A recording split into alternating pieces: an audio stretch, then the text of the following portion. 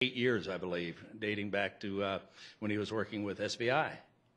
So what's fun is he is now the president and CEO of Grand Slam Performance Associates. And that is a brand new endeavor on Adam's part. He has several of his friends with him that you will be hearing about, I'm sure, in his presentation. But this will be his inaugural presentation representing Grand Slam Performance Associates. Dr. Adam Arroyas is a visionary leader with a proven track record of success in helping people and organizations maximize their potential and elevate their performance. He has a broad base of experience that includes senior leadership positions in private organizations, public organizations, and nonprofit organizations. His new endeavor will not be a nonprofit organization, I am quite confident. During the successful tenures, he's launched practices and managed teams and large-scale initiatives related to diversity and inclusion, talent and leadership development, public relations, reputation management, and organizational development. In 2011, Dr. Arroyas was recognized by Hispanic Business Magazine as one of the top 100 influential corporate executives in the nation. Dr. Arroyas has been profiled in community publications and in highly requested public speaker and advisor on topics such as talent management, leadership development, diversity and inclusion, employee resource groups, strategic relationship management, and other leadership competencies. What's more important, Adam brings a common sense approach to leadership development, diversity, and inclusion. He brings a message that I think most of us can relate to.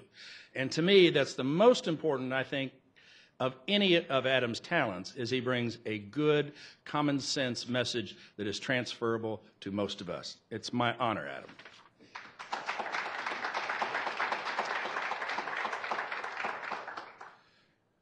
Thank you, Ken. Good afternoon, everyone. Nation is having the intelligence and the wisdom to have all facets of our diversity engaged and prosperous. Now, intelligence and wisdom, what does that mean to you? What does intelligence mean to you? Sure.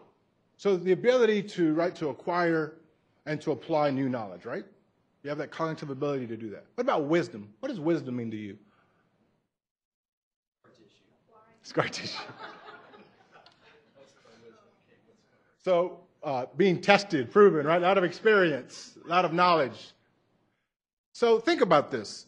If what I'm suggesting to you today is that what makes us strong as a nation is having the intelligence and the wisdom to have all facets of our diversity engaged and prosperous, we can put you in a room and give you a methodology to understand how to acquire the intelligence to leverage diversity, right?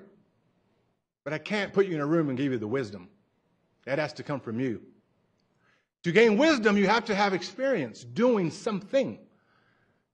And so if you engage in finding ways to ensure that all the diversity around you is engaged and prosperous, then eventually you'll acquire that wisdom. Now, why is the wisdom important for you to do this? Well, while the intelligence will help you determine what to do and how to do it, it's the wisdom that will motivate you to do it. As I mentioned earlier, we just launched our new endeavor, which we're very excited about. It's referred to as a Grand Slam Performance Associates. We all follow baseball, right? What's a Grand Slam? You bring everyone in, right? That's the whole idea about Grand Slam performance, is that the mindset of a Grand Slam performer is they understand that if I am able to enable and engage the performance of everyone around me indirectly, I am accelerating and expanding my own performance. Total different mindset in terms of how you build talent. So what we refer to all of this is Grand Slam performance, right?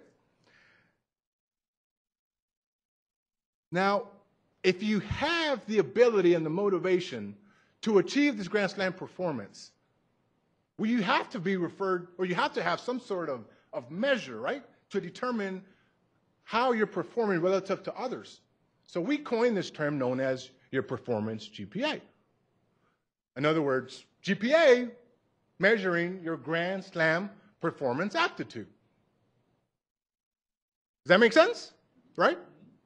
So how well positioned are you to achieve Grand Slam performance relative to everyone around you? That's your performance GPA.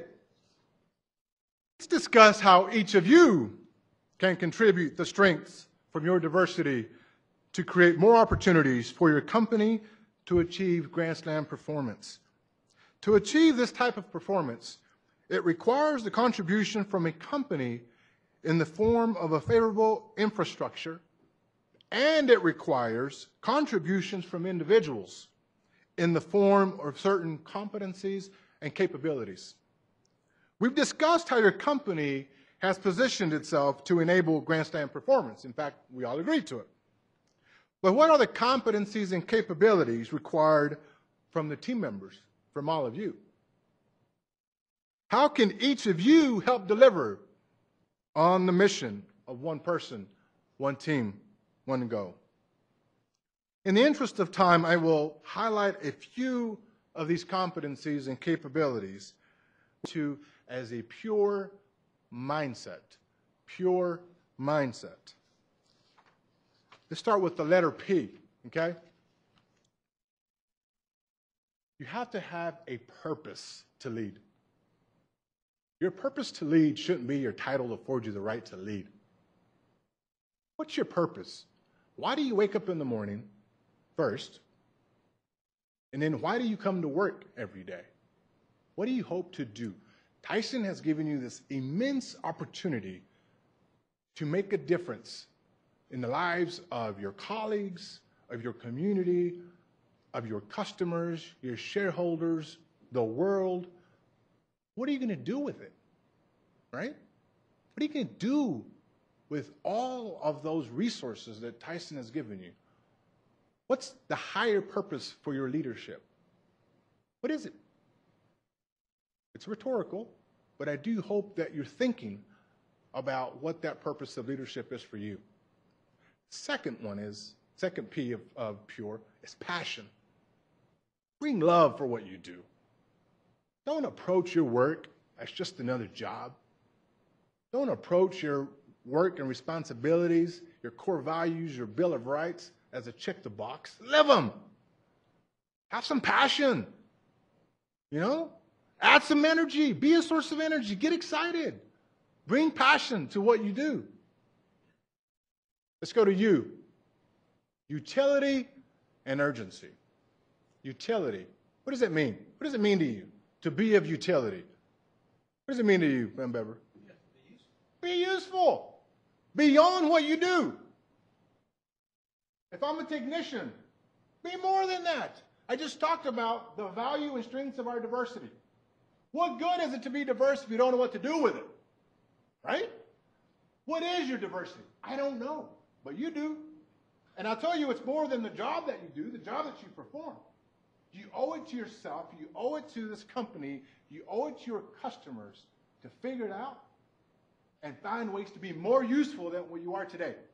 If you do that, I promise you, not only will you be more happy, your company will perform at a greater level, and your customers will certainly be happy. Do you buy that? So if you're going to do that, the other U is you better act quickly. Sense of urgency. Why is it important to have a sense of urgency? If I have an idea today, do you think I might have the same idea tomorrow? If I have someone's attention today, do you think I'll have that attention tomorrow? If I share my idea tomorrow, do you think my competitor might get it tomorrow? So why wait? Do you think your customers want better service today or tomorrow? Today. So why wait? Act on it. Everything is time-bound. So be useful. Find a way to be more useful. Engage your diversity, contribute your diversity, and then move. Don't think about it. Remember, it's about progress, not perfection. If you're being led by perfection, good luck. You'll be spinning your wheels for a long time. It's about progress. Let's move to R. Be resourceful and resilient. Resourceful. What does resourceful mean to some of you? What does resourceful mean to you? To be resourceful. Able to serve others. Serve others. Good idea. What else? Be capable to serve others through what? You're resourceful, you're, what else? Yes, yes. So serve others by using other tools that are around you, right? You do that through building relationships. Not just internally to Tyson Foods, but outside of Tyson Foods. Be resourceful. I recently read a book known as The Fred Factor. If you haven't read it, I highly recommend it. And what they said was, given today's normal, new normal, the two most important critical competencies of talent, having the ability to imagine and to be creative. Think about that. We have to find ways to do more with less. But think of how exciting it is for all of you. I know you all have big ideas. I know you're in meetings sometimes and you're talking about these discussions and you come up with these ideas and you don't share them. Shame on you.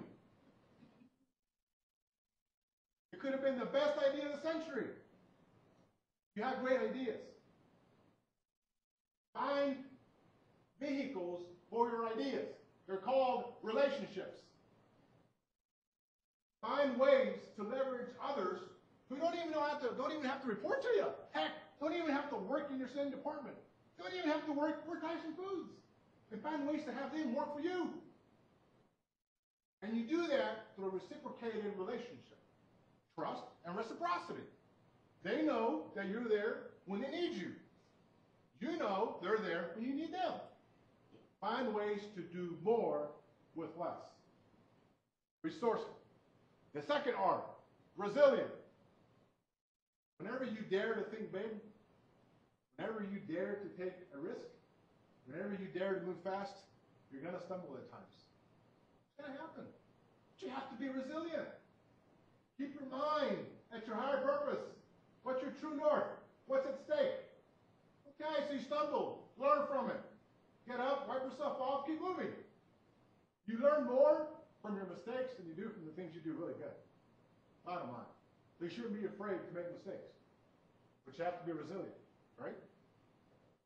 Finally, E. Excellence and empowerment.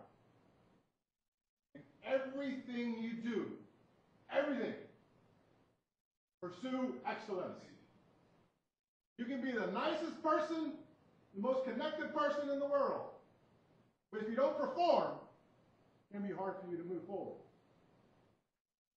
Your focus in life, whether it's coming to work, whether it's going to church, whether it's being a father, whether it's being a coach, is to do the best darn job possible. People are counting on you. You may not know it, but they're counting on you. And you owe it to yourself to engage every piece of your diversity to give it the best that you've got. Excel in everything that you do. No excuses. Second E is empowerment. You recall what I said about grandstand performance.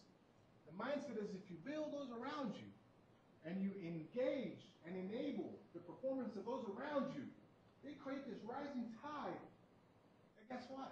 Help you accelerate and expand your own performance. But you have to empower those around you. Don't just send them to a leadership development training. Give them a chance to think big, to take a risk, to lead. Give them a key project. If you want to build good leaders, let them lead. There's only so much you can learn in the classroom. It was a pleasure, and thank you for hosting us. Appreciate it.